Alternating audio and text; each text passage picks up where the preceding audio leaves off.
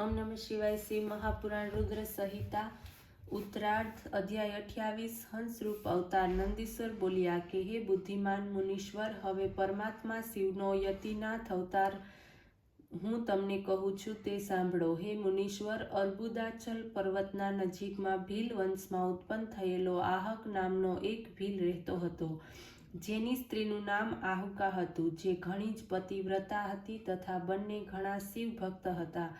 એક સમયે શિવ ભક્તિમાં રત તે ભીલ પોતાની સ્ત્રીના આહારને માટે ઘણો જ દૂર નીકળી ગયો।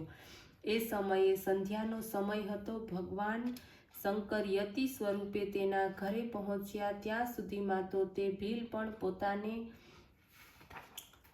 ત્યાં આવી ગયો હતો અને એણે યતિનાથનું સવિધિ પૂજન કર્યું। યતિનાથે કહ્યું, આજની રાત્રિ પૂરતું મને અહીં રહેવાને માટે સ્થાન આપો। પ્રાતઃકાળ થતાં હું ચાલ્યો જઈશ, તમારું કલ્યાણ થાવો। ભીલે કહ્યું, મારી પાસે થોડી જ જગ્યા છે, એમાં આપ કેવી રીતે રહેશો? એ વાતને સાંભળી સંન્યાસી ચાલવા માંડ્યા। ત્યારે ભીલ સ્ત્રીએ મનમાં વિચાર કરીને કહ્યું કે આ અતિથિ છે, એમને વિમુખ ન કરો, ગૃહસ્થાશ્રમનો વિચાર કરો, અન્યથા ધર્મનો ક્ષય થાય છે। આપ સંન્યાસી સહિત ઘરમાં રહો અને હું બાણો સહિત ઘરની બહાર રહીશ।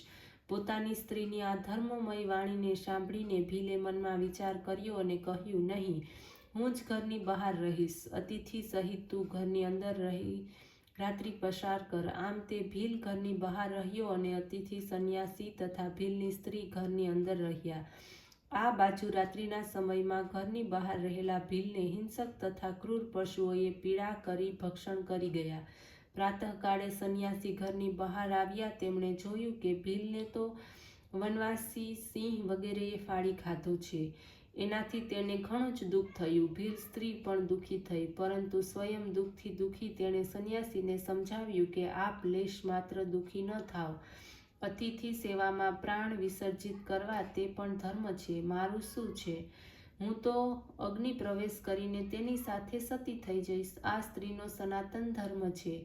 નિર્ધારિત સ્થળે સીતાને ગોઠવીને તેના ઉપર તે બેસી ગઈ। એ જ સમયે શિવજી પ્રગટ થઈને એને ધન્ય ધન્ય કહ્યું અને વરદાન આપીને બીજા જન્મમાં પોતાના જ રૂપવાળો સંન્યાસી અને સ્વયં હંસ રૂપનો સંયોગ બનાવી દીધો। પછી તો શિવજીના વરદાનને કારણે તે ભીલ નિષદ નગરમાં રાજા વીરસેનને ત્યાં નળ નામથી જન્મ્યો અને એની પત્ની વિદ્રભ દેશના રાજા ભીમની પુત્રી દમયંતી થઈ તથા પછીથી તે મુક્તિને પ્રાપ્ત થઈ। આ પ્રમાણે કહીને શિવ લિંગ રૂપથી ત્યાં અભલેશ્વર નામથી પ્રસિદ્ધ થયા। શિવે ત્યાં હંસ રૂપ ધારણ કરી નલ દંપતીનો વિવાહ કરાવ્યો।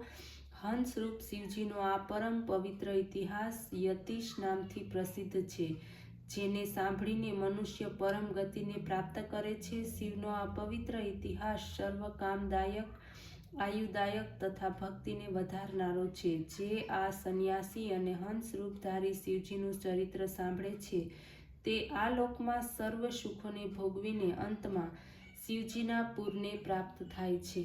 ઓમ નમઃ શિવાય।